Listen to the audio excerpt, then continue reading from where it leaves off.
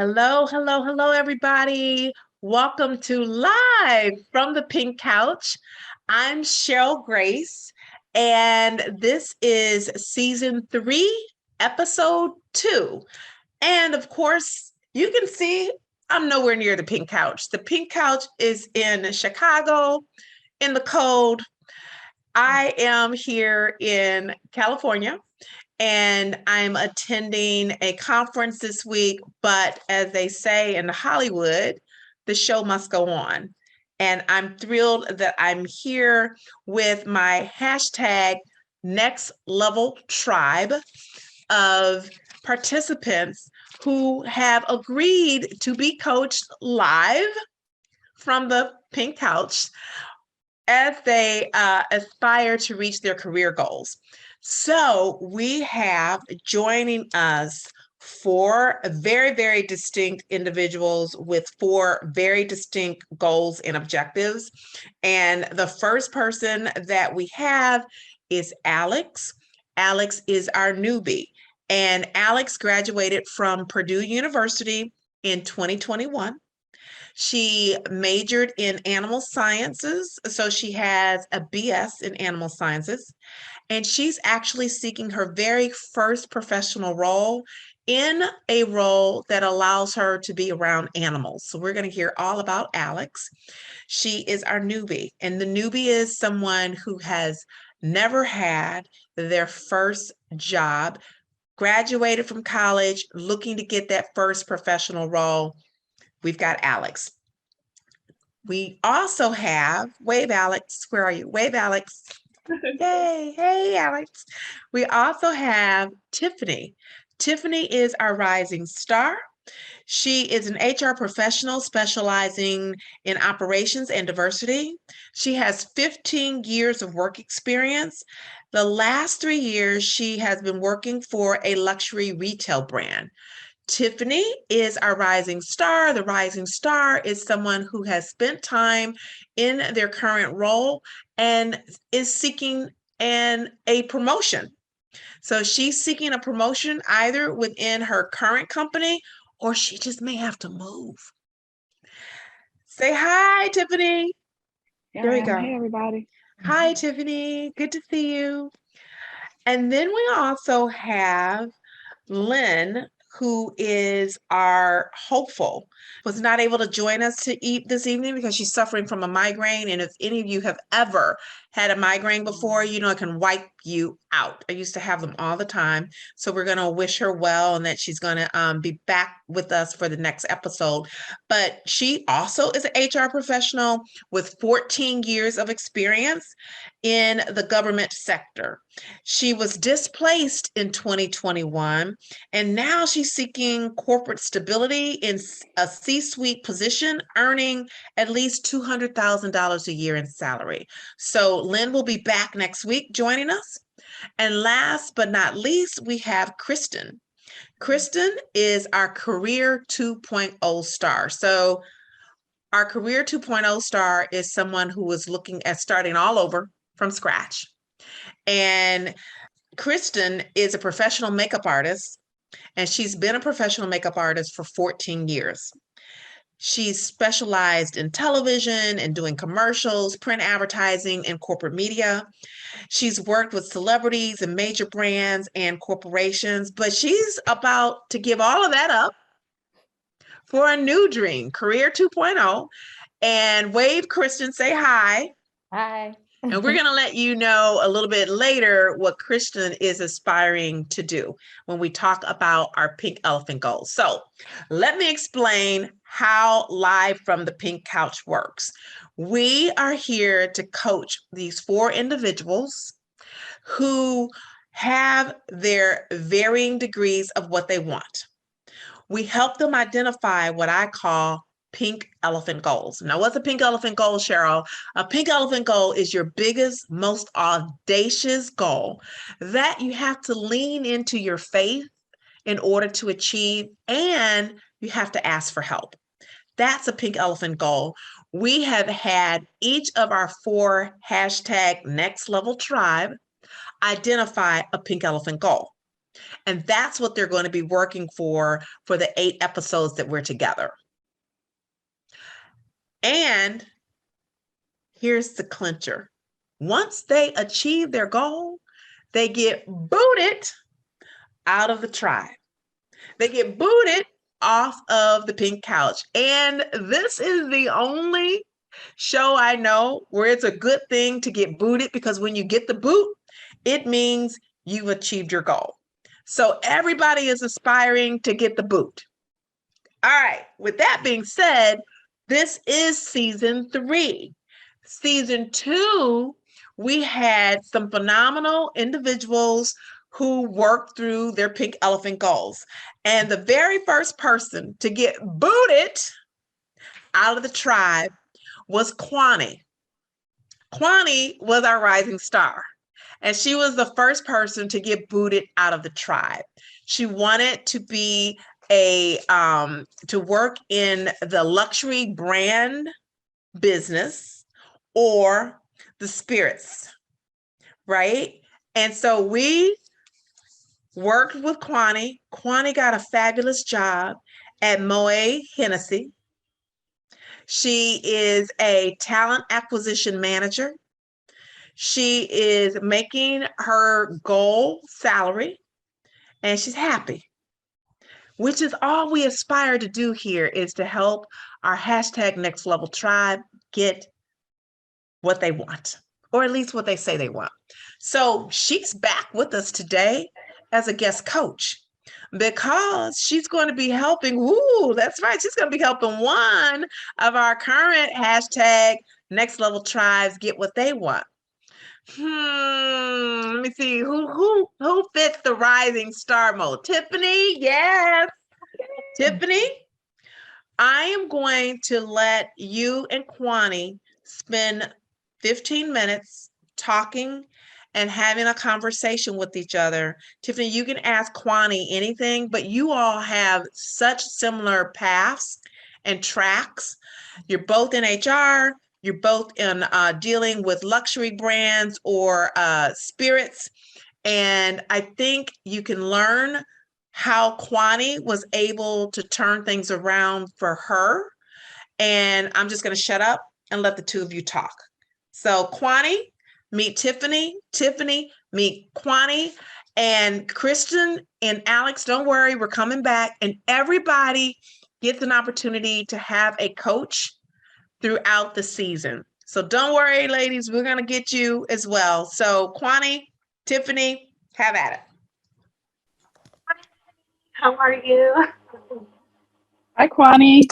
Hi. So, first and foremost, Cheryl, thank you so much for inviting me back. I'm truly honored. I'm so excited to be here. And Tiffany, as a fellow HR professional, I know exactly where you're headed, and especially since I pivoted my career as well. So, I completely think that there's a lot of synergy between our backgrounds, and I'm happy to be here and help. So, first and foremost, I had a look at your resume, and your resume is really fantastic. But I did have some advice to kind of help you as you pursue the diversity trajectory. So I have my little notebook here, and I'm going to be looking at my. I'm writing notes. Yeah, excellent. So first and foremost, your resume is super robust, and when I look at it, it screams HR professional, which is fantastic. That's exactly what you want. But it doesn't have enough substance around diversity and inclusion. And I think if you are looking to pivot into a DI focused role, you do have to highlight that a little more.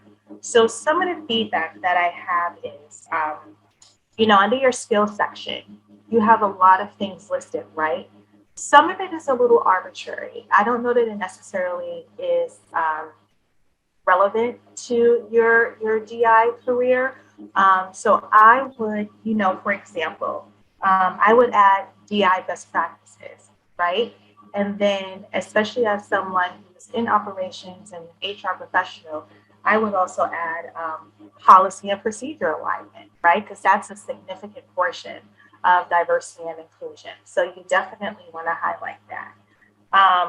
Then you have the DI thought leader, which is fantastic. But what exactly does that mean? So the other piece is I think you need to demonstrate a little bit more of your DI work, diversity and inclusion for everyone, in your resume, like really highlight that, right? So you have training and coaching. Fantastic. But that is a huge portion of diversity and inclusion. So you definitely need to be a little bit more descriptive. Like you could just add diversity and inclusion training. And I would also, in your professional summary, I would revamp that a little bit more, so that it is diversity and inclusion focused. And, there could be an opportunity if you do things on your own personal time around diversity and inclusion, definitely highlight that. You're an ERG co-lead, move that up to under your skills because that's super, super important. As you know, ERGs are huge at this point in time in the diversity world. So definitely want to add that. Um, and then I would also highlight some of the DI initiatives that you've been a part of, focus on whether it's events and like execution, programming, like those are things that you really need to highlight. Um, because this is your opportunity, right, to really communicate your passion for diversity and inclusion. And then you have under your like client relations work that you've done in the past, which is fantastic. But one of the things that you wrote was client retention. That's great. But what does that exactly mean in diversity? Like, how did you improve client retention? Did you diversify your clientele in any way, shape, or form? Like, did that help to increase sales? Like things like that. You just want to be a little bit more creative as you're thinking about diversity and inclusion. And then I would go through all of your HR experience and I would really look at it with a fine tooth comb and see like if you can remember any work you've done around diversity and inclusion, because there's always a component of diversity and inclusion in HR. So just like really go through it, see if you can remember anything and add that. And I think that's kind of how you shift your resume so that it is more DI focused. Wow, thank you so much. That's so helpful. I wrote down a lot of what you said, and I'll definitely rewatch the broadcast so that I can make sure that I get the specifics around that. I do have some questions for you. I'd love to know, like, what are you seeing right now, being a talent manager? What are you seeing as far as diversity roles that are open? What are you seeing as far as different companies or, within your particular industry? Are there any trends that you're noticing that would be either helpful for me to learn or to study as a DEI practitioner? Yeah, so everyone is hiring DI practitioners. I'd say within like the last 2 years. So there's definitely an abundance of opportunities, all from different levels, whether it's a diversity coordinator, program manager, diversity and manager, head of diversity, chief diversity officer. So I'm noticing that. And what I'm also noticing is that there's this now emergence of diversity specific recruiting roles. Whereas before, those were a little bit limited, and I'm seeing it across multiple industries, especially the tech industry. So that, I think you could actually start to look into. I know you have a specific, industry that you're interested in, but I wouldn't necessarily pigeonhole myself because there are a lot of opportunities out there. So specifically in terms of industry, I'm seeing tech, I am seeing retail. I am seeing diversity roles in retail, not so much at the executive level, like chief diversity officer or any roles like that, but I am seeing like program managers or diversity coordinators. So there are definitely opportunities out there. And what I would suggest to you, Tiffany, is, I'm not sure if you follow a couple of diversity practitioners on LinkedIn, but if you do, reach out to them, connect with them, right? And, they're often posting things and comments on their posts. And I would reach out and just kind of, ask them for a 20-minute exploratory conversation and just, basically tell them this is what I'm aspiring toward. and wanted to hear a little bit more about your journey, and see if they have any advice. I don't think that it could ever hurt if you are willing to do it. That sounds like a really great idea. I'll definitely do that. I wanted to know, was there anything specifically that you did during your time on the Pink Couch that you really felt like set you apart or really made the difference in this entire experience for you? I am a networking fool and I am a hustler. So I will always hustle my way. And so exactly what I just told you and Cheryl, she taught us the same exact thing. And it Mhm. absolutely worked. And so really that list of companies that she advises you to make that you would want to work at, finding people who work there, scheduling and reaching out and asking for those exploratory conversations, it absolutely positively works. So um, I was very targeted about my job search, and I knew that I wanted to pivot out of nonprofit. That's why I understand exactly what you're going through. And I had a list that I was targeting, and that's just how I went about it. So setting up your alerts for like job opportunities, just really being all over it. Looking for a job is a full-time job. So, you have to put that investment of time in. Awesome. I have two more questions for you, if that's okay. The first question is, you mentioned the possibility of you seeing lots of uh, availability in tech. So I wanted to know, was there, even though you had your targeted list, as I worked on mine this past 2 weeks, that was a part of my assignment. Was there any other industry that kind of piqued your interest even though you were focused on being in a luxury brand or being in alcohol and spirits? Yeah, I thought about, if I weren't in a luxury brand, I would pursue tech. I mean, if I weren't pursuing the luxury industry, I would pursue tech. And then I even thought about banking and finance. And I thought about those industries because I thought about from a historical context, um, what was needed, right? And I saw um, lots of opportunities, and I knew that there was this shift in really pushing for hiring diverse talent. And so I looked at it from that perspective and tried to be clever about how I approached it. It was like, oh, this industry probably has a shortage of women, probably a shortage of diverse women. And so that was really how I approached it, but definitely moving back into the luxury space was my priority. Thank you. And my last question is, you did mention um, that you networked and hustled, which I really love. I wanted to know, did you forge any relationships with someone who really inspired you? And do you continue to maintain any of those relationships that you worked on while you were on the Pink Couch? Absolutely. I did. I'm actually still in touch. I actually have a conversation, just like a touch base lined up next week, and a few others. Like, it's really important to maintain those relationships because you don't want people to think that you're only reaching out when you need something. And so you just want to keep it really authentic. And so, yeah, I'm still in touch with people. People reach out to me and ask me things, and it's definitely, reciprocated. So I would say it's so important and key to maintain those relationships. Okay, perfect. Thank you so much, Kwani. Can we find you on LinkedIn? And where else can we find you? Absolutely. I had one more bit of advice for you, if that's okay. Please. Mention. So I know, Cheryl, we have to go in a little bit, but I just wanted You're to. fine. You're fine. Thank you. So the other thing that I'd love for you to do, if possible, is kind of set yourself apart and really highlight, your career aspirations in diversity and inclusion. I will look for like a LinkedIn certificate course on diversity and inclusion, or Coursera.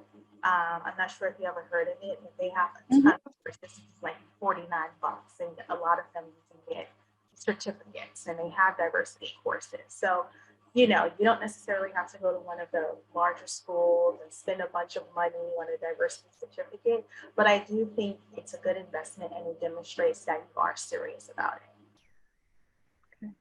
Thank you so much. I appreciate that. Thank you for the advice, and thank you for taking time out of your schedule to be with us today. Thank you. Absolutely.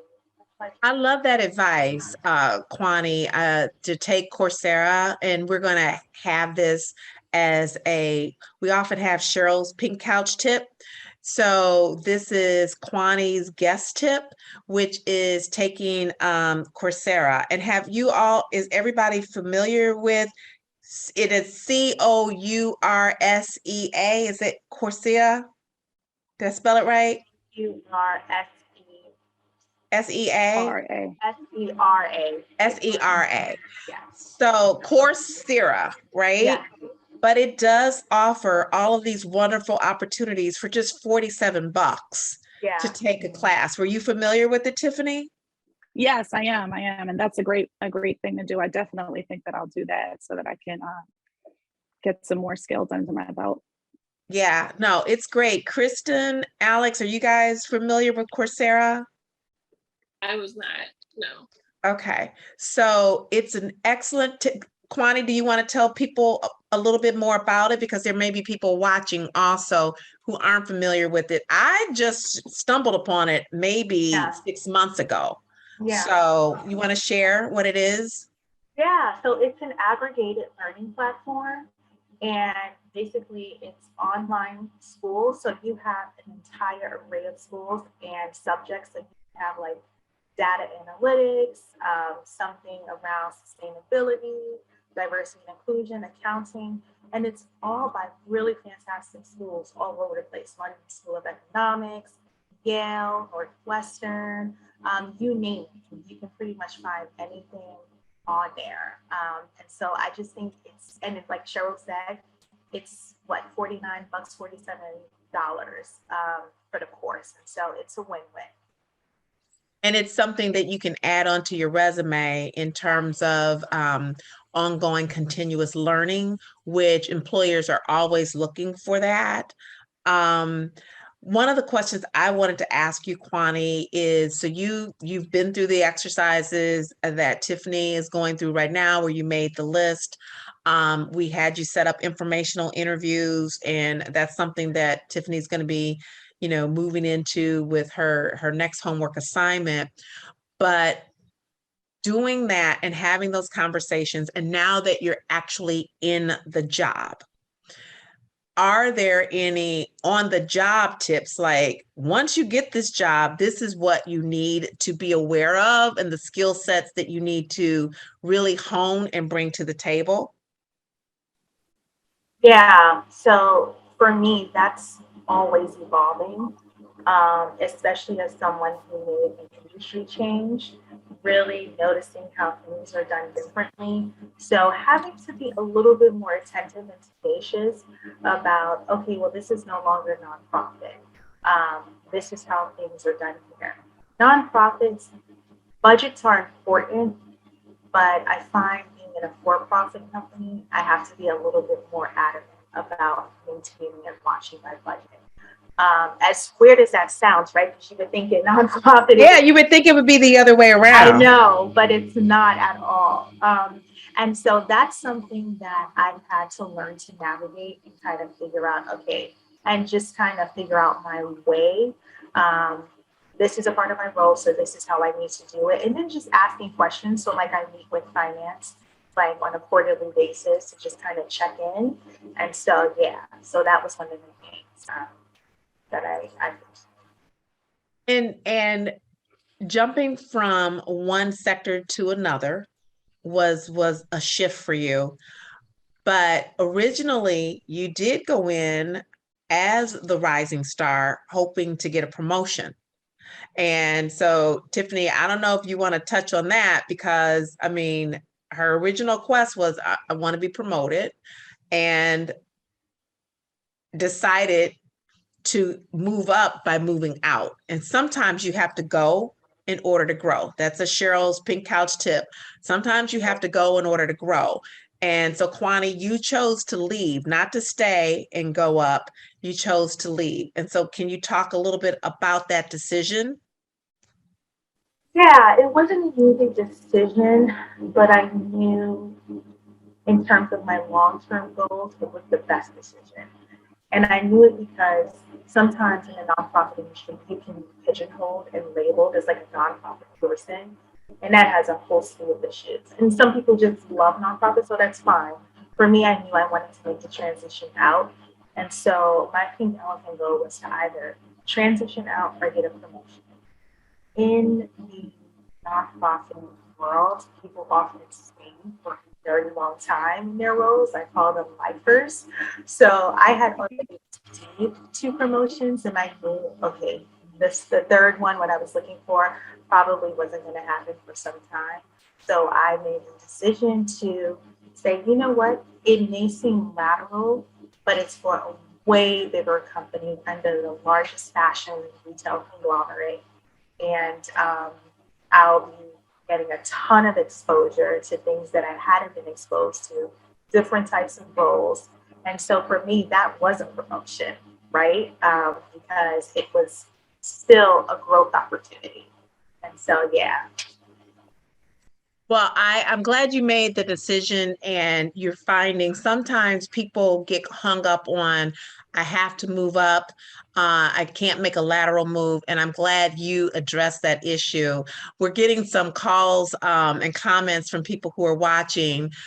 ERG was a term that was thrown out that you all were talking about. That is employee resource groups. So yes, Ronnie, that's employee resource groups. Allison was asking that. Hi, Allison.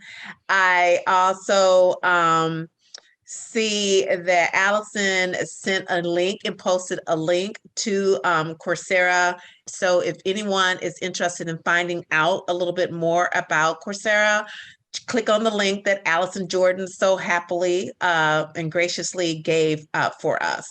But yeah, I just think it's really wonderful that you made the decision. You're happy in the decision. And listen, decisions are fluid. They don't have to stay like the same. And so you may decide to move and go to a new company, and then, 8 months, a year later, it could be time for you to make another move, and that's okay as well. So just keep that in mind, you all, that it's only a snapshot in time. These decisions that you're making, they don't have to last you a lifetime. And sometimes moving away from, especially if you're wanting a promotion, sometimes moving away from what you've been doing into a new sector, into, a lateral position, and staying there. Because I think that happened with our hopeful from season 1, Rebecca. She made a change, and she stayed in that new job for like 8 months and then got booted up again. So change is good. Don't get so locked in. And Alex, I think this is even going to be good for you coming in as the newbie. Don't get so locked in to a role that you think you have to stay there forever and ever and ever, because you don't. Your career path, you all, is really about the choices that you decide to make. And for anybody listening, if you are unhappy in your current job, slavery is over. Yeah. Move, change, take responsibility, own it. You don't like your boss, change your job. You don't like the values of the company, change companies.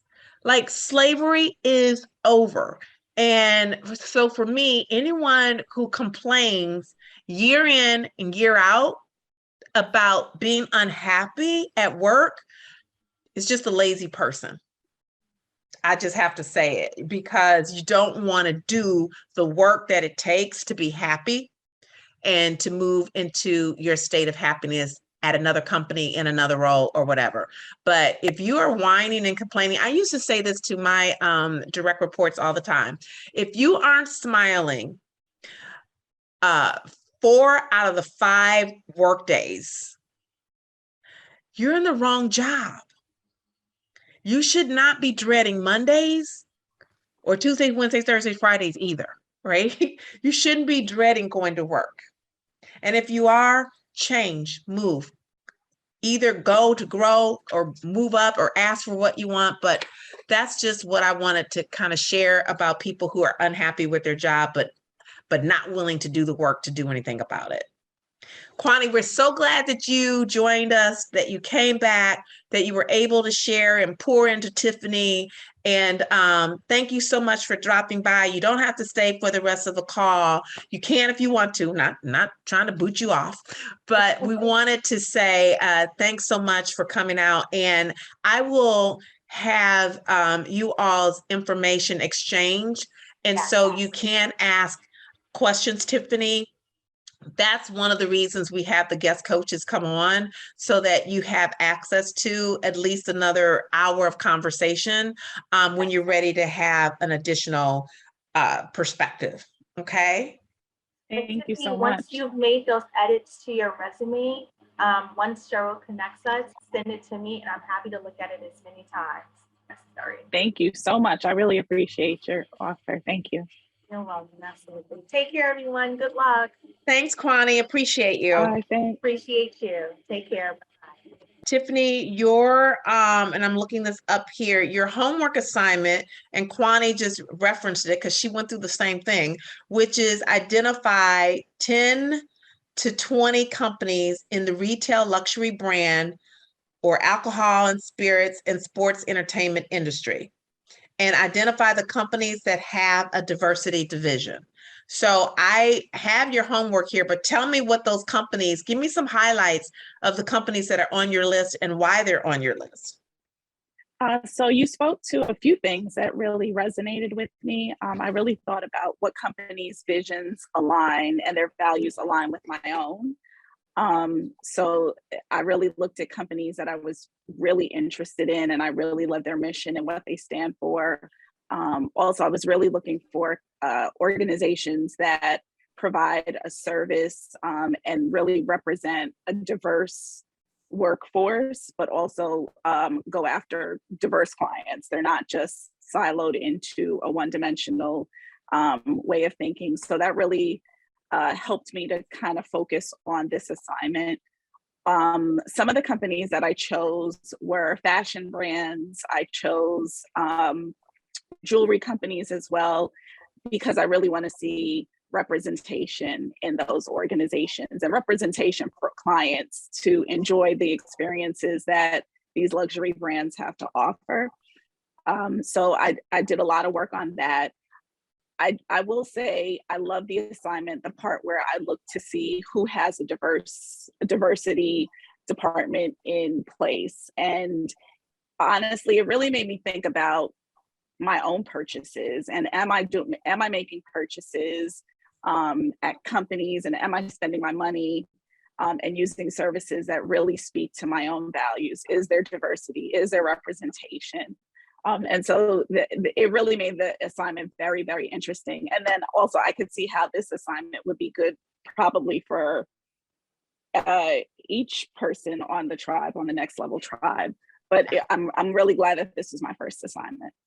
Yeah, no, you have some great names on the list. So I'm going to read some of these brands off that Tiffany has identified as companies that she's interested in and applying for. Armani, Bergdorf Goodman, love, Bottega, Chanel, David Yurman, Estee Lauder, Free People, love them, Fresh, Harry Winston, Hermes, Jimmy Choo, love them.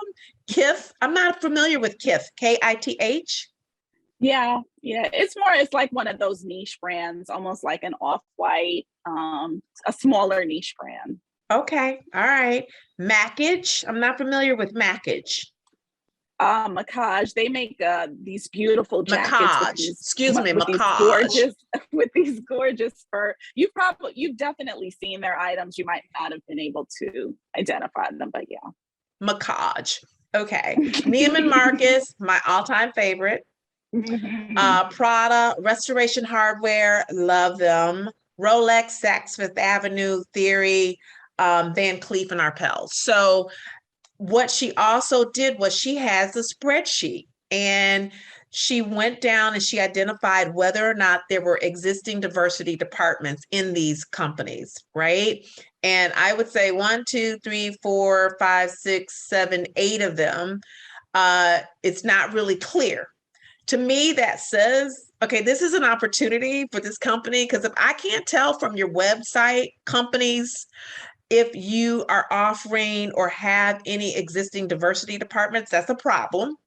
And that's also an opportunity for you, Tiffany, because even if they don't have one, that could be an area where you write your own job description and pitch them. Yes.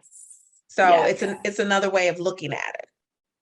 That's exactly what I did. I looked at it that way and thought about what type of diversity, what work could really align with the company. So yeah, I thought about that as well.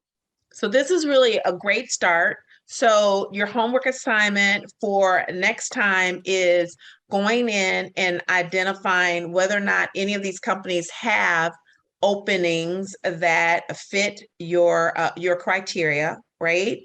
And starting to identify individuals on LinkedIn who work at the companies in HR or who you're already connected with. What I didn't hear you ask Kwani was, hey, do you have a list of folks that you can recommend I talk to?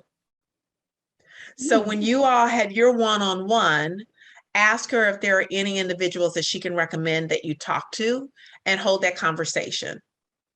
I absolutely will. And I started to do that. I identified who have people already working in diversity and which companies have openings. So yes, I began that process. So perfect. Okay, so that's great. So now it's time to set up 15 to 20-minute informational interviews with everybody.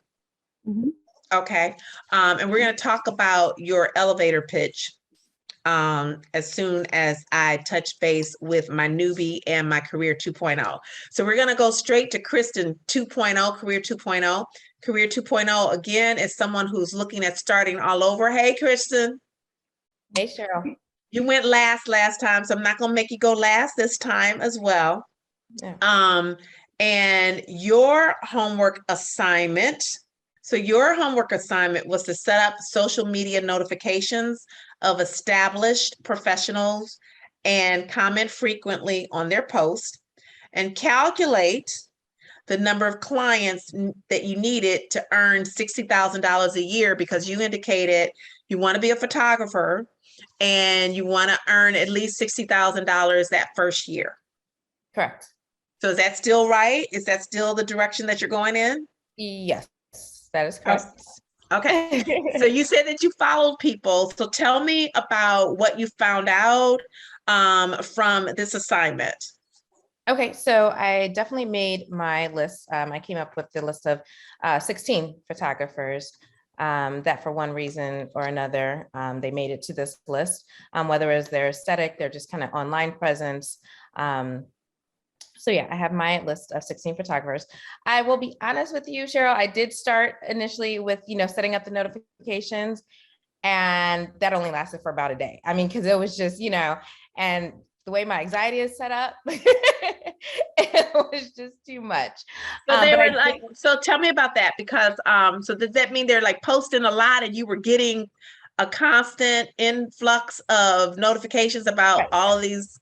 Okay. Yeah. And it was just too much. And I definitely understand the importance of social media and I understand the purpose of this exercise, the homework assignment.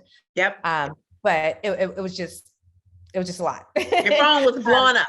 Yeah. So I took off the notifications. However, I still added them as kind of people that made sure to appear first with the, I don't know how the algorithm works, but I think, the more you visit, yeah, right. So I've definitely have been seeing all of their posts and commenting, when appropriate and when possible.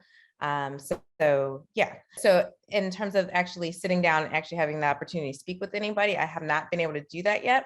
However, I do have my list. I was able to go to each one of their pages and just kind of put together a spreadsheet of like what their rates are and how they, because that's kind of where I'm at now. That's where I'm really struggling, is how to kind of package, how to put together my rate package. So that was kind of the step that I took, instead of, actually sitting down and talking with them at this point, just as I just did not have the opportunity. But I wanted to make sure that these 2 weeks were, as productive as possible. All right, so rate packages. When you identified some of the rate packages, was there anything that struck you about how some photographers were doing it a little bit differently? Were they all, the ones that you did have an opportunity to look at, were they similar rates? Were they like, tell me what you saw, what you learned from the exercise. Sure, they're definitely kind of all over the board. And I think that's kind of one of the challenges that I was having, that was, like I said, it's just how to go about establishing my packages. Just because of with the clients that I've had up until this point, it's everybody kind of have different needs. And I just feel like I've been kind of pigeonholed into this, with these specific packages. So just trying to figure out what that really looks like for me. But a lot of them did have a very similar structure. The actual rates were kind of all over the place. And I think that has a lot to do with their markets, as well as their kind of target audience, target clients. I think that played a role in where how they established some of their rates. But yeah. So did you see any rates, and if not, we can make this a part of the upcoming homework assignment, right? So getting to $60,000, based on what you did see that some of these photographers were charging, is it feasible to earn $60,000 your first year? Oh, absolutely. I mean, if we're looking at their rates, for sure. Now, would I feel comfortable right out the gate, charging what they're charging? I wouldn't, to be honest with you, because these are obviously established photographers that have been doing this for quite a while. So again, that's kind of the challenge. It's like, okay, so where do it, because I don't want to, go into the market and undercut, everybody. Right. But at the same time, I just personally don't feel comfortable charging the rates of somebody that, has been doing this for, a significant amount of time. So let me ask you this before you go to the next thought. Yeah. So you don't feel comfortable charging the rate of someone who's been doing it for a significant amount of time. So is it really clear on each of the sites or websites or social media, whatever you looked at, is it really clear how long they've been in business? No, and I think we talked about this before. It's me and my mindset. Mindset. Oh, absolutely. 100%. Yeah. And we've talked about that before, that being kind of one of my obstacles is the whole mindset thing. Sure.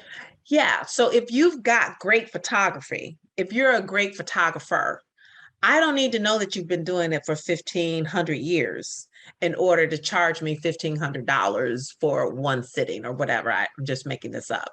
I just need to know that you're a great photographer. And so one of the things that I would like to see you do this next couple of weeks, as you go about setting up some of these conversations with some of these photographers, or someone that's just been in the business for more than 6 months, right, is to ask them how they started setting up their rates, and when they started increasing their rates. Okay. Right? Like when they felt comfortable doing that. Because, and I think I've shared this before, when I started coaching, I had a coach and I was very hesitant to charge, a fee. I didn't want to ask people for money. I'd give it away for free, like I'm doing here. And one of the things my coach taught me was to ask for a rate, a baseline rate that you feel comfortable with. So I started, I think, at $500. So ask a rate from a client that you feel comfortable asking for, that doesn't make you cringe. And once you get your first client who accepts that rate, the next client, raise it $100. And the client after that, raise it another $100. And what you'll find is if you are valuable, if they value what you bring to the table, rather, if they value what you bring to the table, they're going to pay what you're worth. But it took me doing it in increments where I got to the point, and I'm still the same me, and I've gotten, certification and training, but I'm still the same me. But my rates are not $500 anymore. They're like way more than $500. And I'm comfortable with it. So that would be one of the things that I would want you to ask as you're having these conversations with photographers that you're going to set up informational interviews with. And that's your homework assignment for this week, is to set up informational interviews with at least 3 photographers where you get all of your questions answered.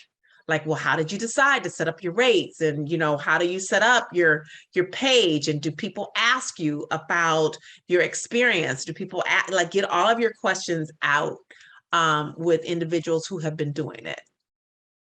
And then the second part of your assignment is an affirmation. I am worthy of asking for my worth.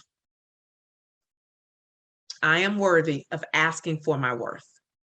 So once you figure out what your worth is, you're going to know that you're worthy of asking for it now. You don't have to wait until you've been shooting for 100 years. Mm-hmm. How's that feel? Feels good. What are your thoughts? It feels good, honestly.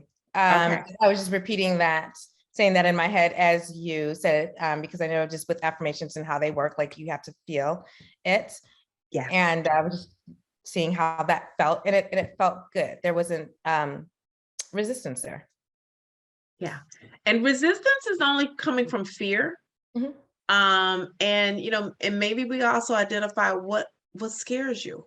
Like, I know we had that conversation last week. We talked to Alex about, what scares you about this process? So maybe also, Kristen, this is the third part of your homework assignment, is list out what scares you. List it out, because writing it out, there's a direct correlation between our brain and writing things out and moving into action and moving away from the negative when we write out, and then start writing out, if this is what scares you, what can you do about it? Because right now you're turning all your power over to fear. Mm-hmm. What do you think? I had that on my list here, so I will definitely get those fears down on paper. Okay. All right. Anything else we can help you with on this one? I'm just in this weird space because I've kind of been shooting off and on, for the past few years, just and now I'm actually wanting to take this, a little more seriously, hence why I am here in this space. But just within the past couple of weeks, actually, I've had 3 clients just kind of fall into my lap for the month of March.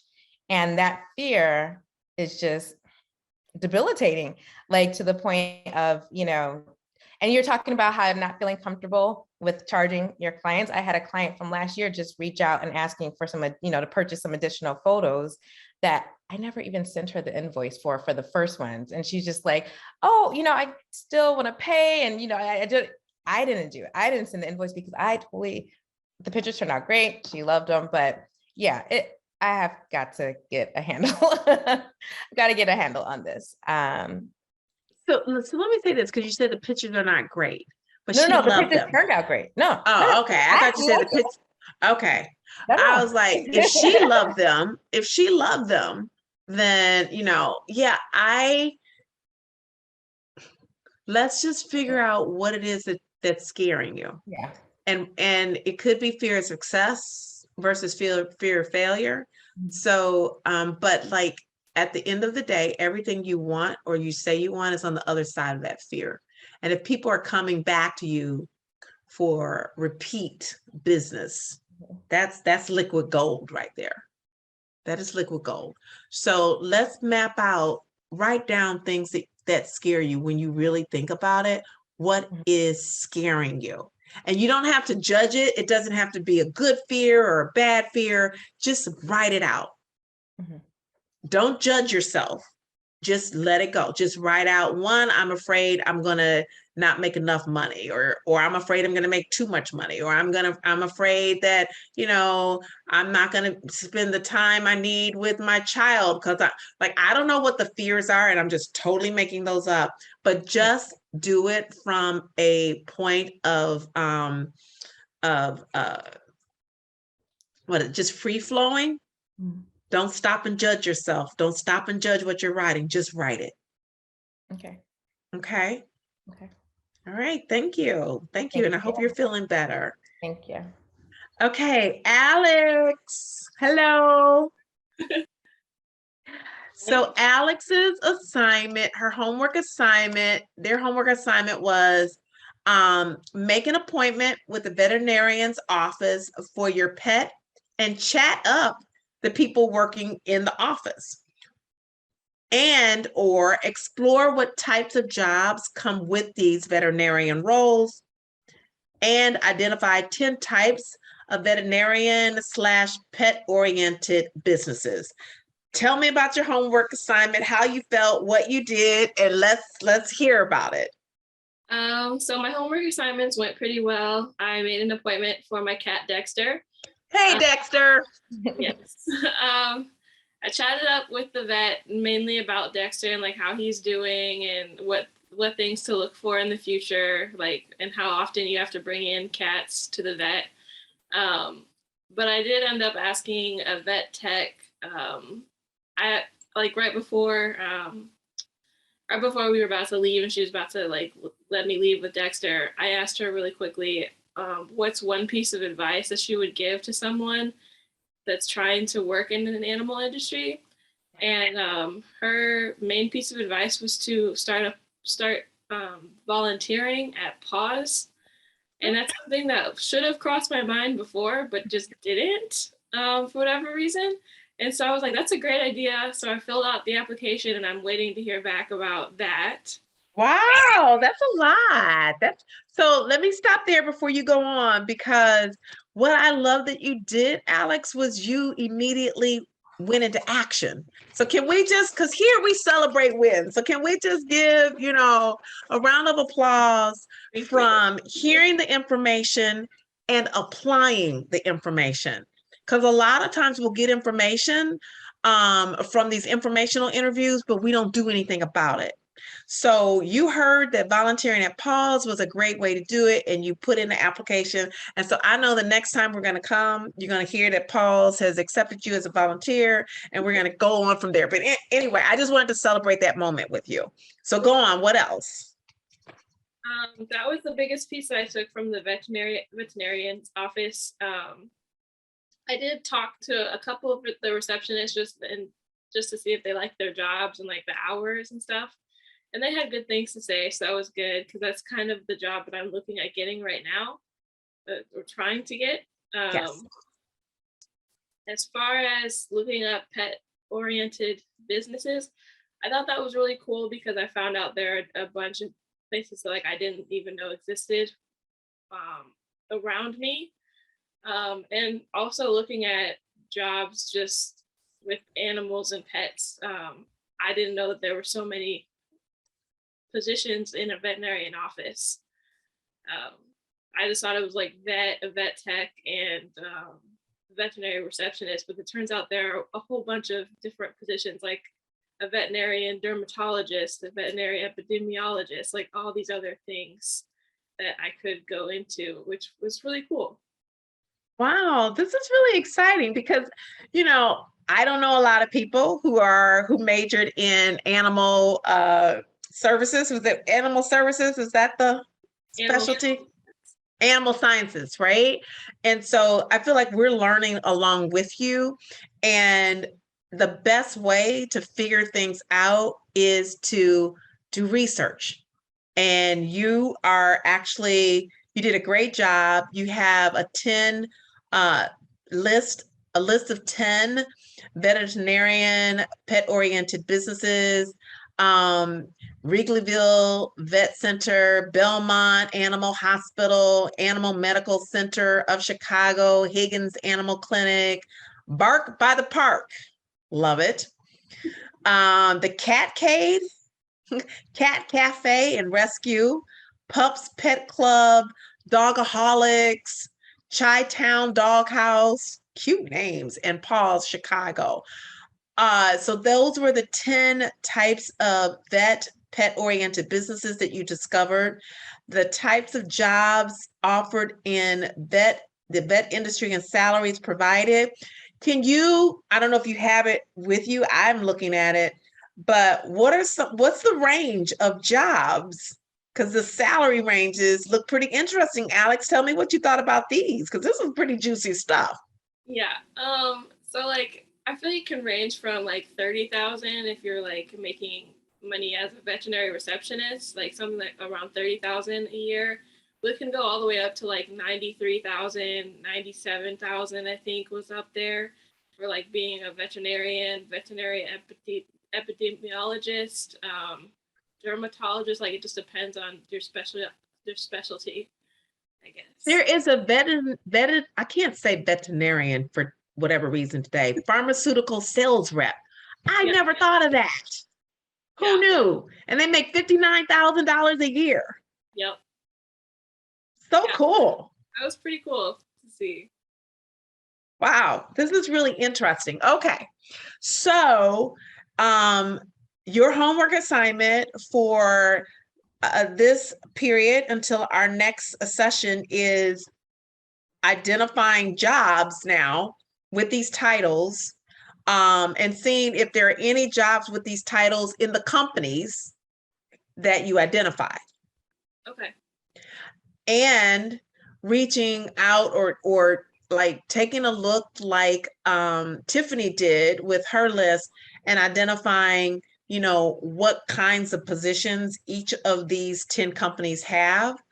And maybe going on LinkedIn, and I don't know if we've gotten your LinkedIn profile up to where it needs to be, but looking at LinkedIn and seeing if you can find people who work here who can have more informational interviews with you, because it sounds like just even that one trip to the vet and the conversation that you had with the receptionist, that it really yielded a lot of insight that you didn't have before.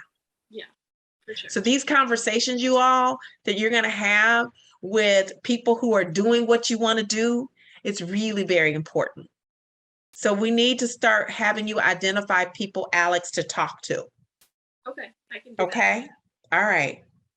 Any other questions that you have about your homework or questions you may have about what's next, Alex? Nope, not at this time. Okay. Well, ladies, I think you all did a great job. Congratulations. I think you've gotten a little bit closer to achieving the goal that you set, your Pink Elephant goal. Stay in action. Stay in action. Action is the antidote to despair. That's a Cheryl's Pink Couch tip. Stay in action, because action is the antidote to despair. And so while you're waiting to make your life happen, you are making your life happen when you're in action. All right? All right. Okay, everybody clear on their homework assignment? Yes. Yes. All right. Okay, so I'm going to see you all next time, same time. I think I'll be back by the Pink Couch then. So I'll see you from the Pink Couch, live from the Pink Couch, next episode.